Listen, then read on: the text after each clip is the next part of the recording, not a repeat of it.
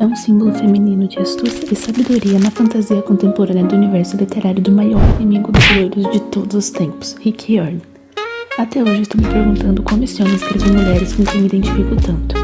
Não apenas desempenhando seu papel em guerras olimpianas como estrategista, guerreira e mais brilhante arquiteta do acampamento Meio-Sangue, Annabeth representa a inteligência real e prática, o que realmente precede a sabedoria, aplicar o que você aprende de uma forma que impacta a sua realidade. Essa inteligência de improviso e pura sabedoria é o que os gregos antigos chamavam de polêmetes, uma astúcia multifacetada que vai muito além de decorar a Ilíada. É aquela sabedoria que tem muitas artimanhas na manga. Afinal, Annabeth não é o tipo de nerd que trava fora da biblioteca. Ela encarna esse contexto toda vez que precisa usar a arquitetura para não ser esmagada por um gigante, enganar a esfinge apontando furos de seu próprio enigma, ou tirar uma estratégia absurda do nada enquanto Percy faz alguma bobagem. Ela não é só sobre a teoria, ela molda o caos ao seu favor.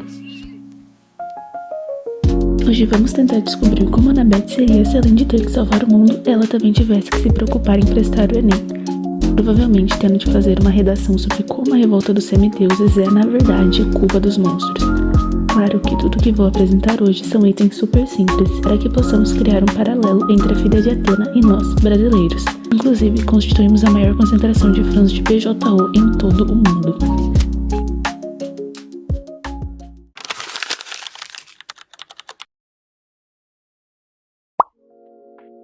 Não importa quantos anos passem, sempre chega aquele momento em que a nossa bateria social e mental zera. A gente se obriga a olhar para os livros até perceber que não está absorvendo absolutamente nada, porque está fazendo aquilo na força do puro ódio.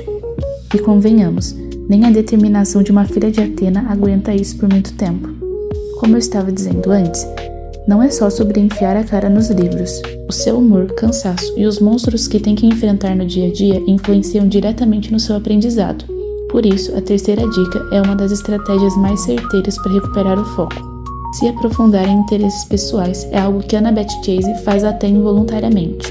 Pode ser arquitetura grega, estratégias de batalha ou histórias de monumentos antigos. Buscar o que nos dá um brilho nos olhos é um instinto natural, mas que a gente vive reprimindo. Às vezes, as obrigações e as expectativas dos outros nos empurram para uma direção que não tem nada a ver com as nossas paixões. E ignorar quem nós somos e o que amamos só para cumprir tabela é a receita perfeita para o esgotamento mental. No começo de um dos livros, Annabeth estava completamente obcecada pelo notebook de Dédalo. Aquele aparelho tinha conhecimento de séculos, era o sonho de consumo dela.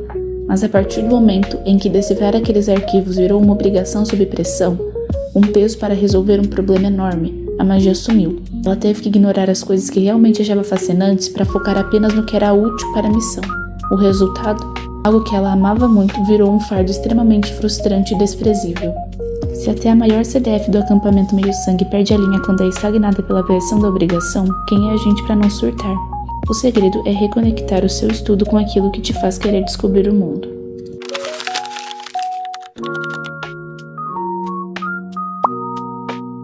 Annabeth constrói sua força e seu caráter ao decifrar o próprio passado e se conectar com suas origens.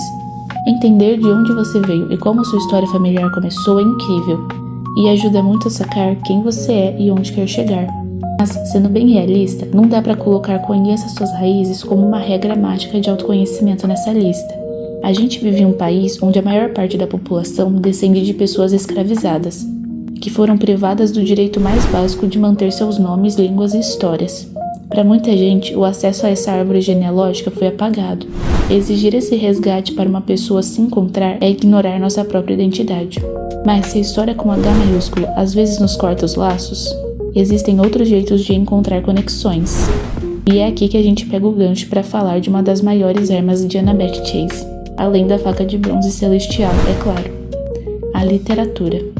Literatura é, na verdade, o DNA cultural de um povo. É aí que eu te pergunto, o quanto você realmente conhece a literatura do seu próprio país? É sobre entender o lugar de onde você fala. A nossa língua portuguesa aqui no Brasil tem uma história gigante, misturada e cheia de influências que os historiadores nem conseguiram catalogar direito ainda. Nossa literatura levou tanta porrada e absorveu tanta coisa até virar o que é hoje, que se tornou algo absurdamente complexo. Não dá pra ler um clássico brasileiro sem sentir o peso de nossa história correndo por trás de cada linha. A escola não ensina metade do que a gente deveria saber para entender o mundo. e depois, na vida adulta, controlada pelo mesmo sistema que sucateia o ensino, vem cobrar que a gente saiba de cabo a rabo tudo que foi apagado dos livros didáticos. Isso quando a gente tem acesso a livros didáticos, né? O ponto é, correr atrás de enxergar a essência da nossa cultura com os próprios olhos é uma missão que ninguém vai fazer por nós. É incrível admirar Percy Jackson e o universo dos deuses gregos, com certeza, mas a gente também precisa valorizar as histórias que falam da nossa própria realidade. Até porque ler é o melhor treino que existe para o cérebro. Você não precisa ser aquela pessoa do Instagram que usa 1000 marca-textos coloridos e 300 post-its por página. Só o ato de sentar e interpretar um texto já é um baita exercício cognitivo e, obviamente, é a atividade favorita da nossa filha de Athena.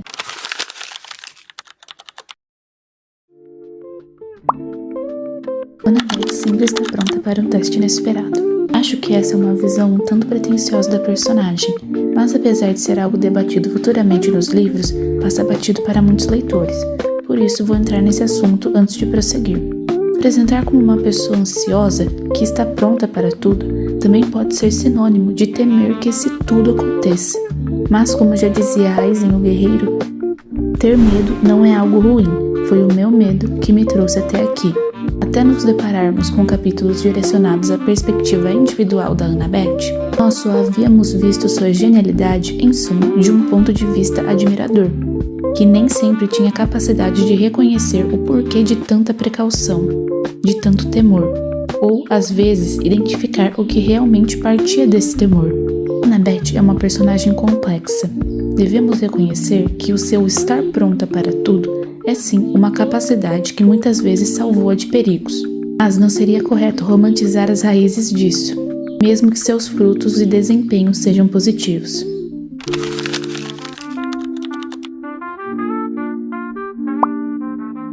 Nessa parte vamos optar por fazer simulados sem revisar nada do conteúdo muito perto do horário em que vamos nos aplicar à prova, porque com certeza, quando formos prestar a prova de verdade, não dará tempo de revisar tudo. E assim, temos uma melhor visão do que aprendemos e quais foram as informações que realmente guardamos, sem correr o risco de nos enganar, achando que aprendemos de fato um conteúdo, sendo que só soubemos responder no simulado, porque revemos um pouco antes da hora da aplicação. Reconhecer e monitorar os próprios erros é o único jeito de acharmos o caminho para solucioná-los. Melhorar de verdade não é ficar batendo palma para o que você acerta, mas sim encarar de frente o que você ainda erra. O objetivo não é virar perfeito e nunca mais errar, mas sim aprender a consertar o que ainda dá para consertar.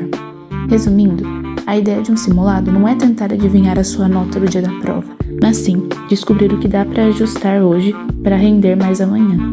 Não importa o quanto você seja bom, sempre vai ter alguém 10 ou um passo à sua frente. E quase nunca percebemos quando estamos competindo com pessoas que não estão nem na mesma corrida que a gente.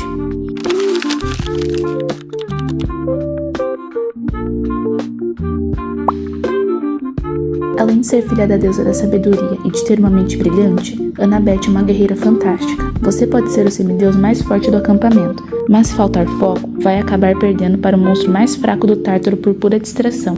Para vencer qualquer desafio, ela entra de cabeça na batalha, usando os músculos e os neurônios em perfeita sincronia, provando que ser herói é ter disciplina e cuidar de si mesmo. O problema é que no mundo real, manter esse equilíbrio não depende só da nossa força de vontade, já que o lugar onde a gente mora dita as regras da nossa saúde. Quanto mais pobre sua camada social, mais você é privado de acesso às áreas de lazer, por exemplo, porque o próprio espaço urbano isola essas pessoas do bem-estar. Na prática, esse tópico seria: o caminho mais lógico é cuidar da saúde com as ferramentas que temos disponíveis.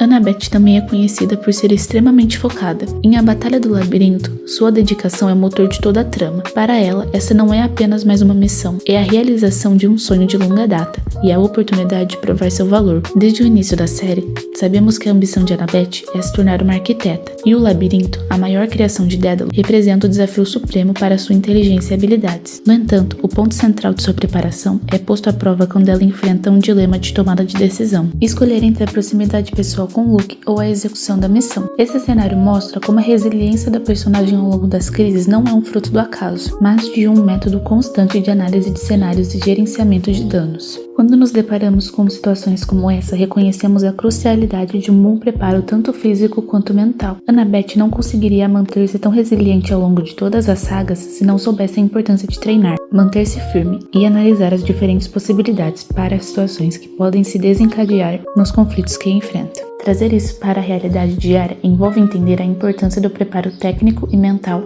antes que os problemas apareçam. Tomar decisões rotineiras exige menos esforço quando há um repertório prévio. Entrar em uma sessão de foco total é o equivalente a desenhar uma estratégia de batalha. Em vez de tentar abraçar tudo de uma vez, você se força a isolar as distrações e focar em apenas um problema por vez. Para ela, conectar dados e prever cenários dentro do labirinto exigia esse nível de imersão. Para nós, esse isolamento é o que permite cruzar informações e encontrar saídas para problemas complexos, reduzindo a ansiedade que vem da falta de preparo. A lógica de Athena se aplica aqui.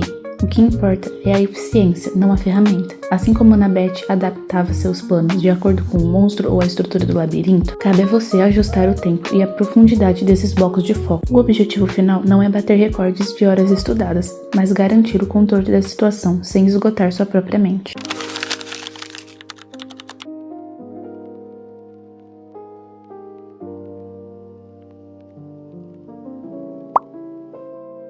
Algo que me atrai muito sobre sistematizar como a Annabeth estudaria é entender que, diferente de personagens como Rory Gilmore, Annabeth sempre deixou bem claro que a sabedoria dela nunca esteve relacionada apenas aos estudos e que ela se dedica a diferentes tipos de inteligência, sem ser apenas a acadêmica.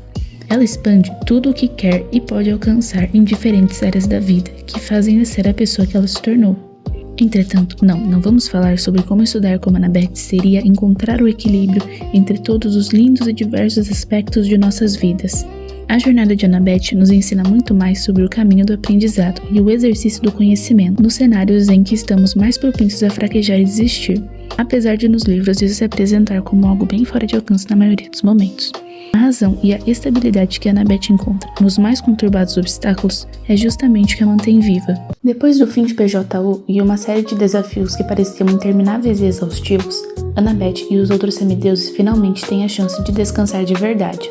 Logo depois, essa pausa é quebrada com os incidentes gerados por Gaia, e durante o surgimento de novos conflitos, Annabeth destaca, principalmente em A Marca de Athena, o quanto o descanso de alguns meses foi essencial para que ela conseguisse dedicar seu máximo para completar as missões de Heróis do Olimpo com sucesso. Annabeth sabe que seu corpo não é invencível. Após missões longas e intensas, como a busca pelo Velocino de Ouro em um mar de monstros, ou a viagem pelo labirinto de Dédalo, ela precisa de tempo para se recuperar. O descanso permite que suas feridas cicatrizem, seus músculos se reparem e sua energia seja recarregada. Ignorar o descanso seria um erro fatal, pois a colocaria em desvantagem na próxima batalha, tornando-a vulnerável. Além da recuperação física, o descanso para Annabeth é essencial para sua saúde mental. Ela vive em um mundo de traumas, perdas e decisões de vida ou morte. O labirinto de Dédalo, por exemplo, é uma experiência psicologicamente exaustiva. O descanso lhe dá a oportunidade de processar esses eventos, de acalmar sua mente e de se reconectar com a realidade. Sem isso, ela poderia sucumbir à ansiedade, ao estresse e ao medo, comprometendo sua capacidade de pensar com clareza. Annabeth entende que a verdadeira força reside no equilíbrio entre esforço e descanso. Ela sabe que não pode se dedicar 100% o tempo todo, pois isso a levaria à exaustão e, eventualmente, à derrota. O descanso para ela não é um luxo, mas uma necessidade. É o que a torna resiliente, capaz de enfrentar o próximo desafio com a mente e o corpo prontos para a batalha.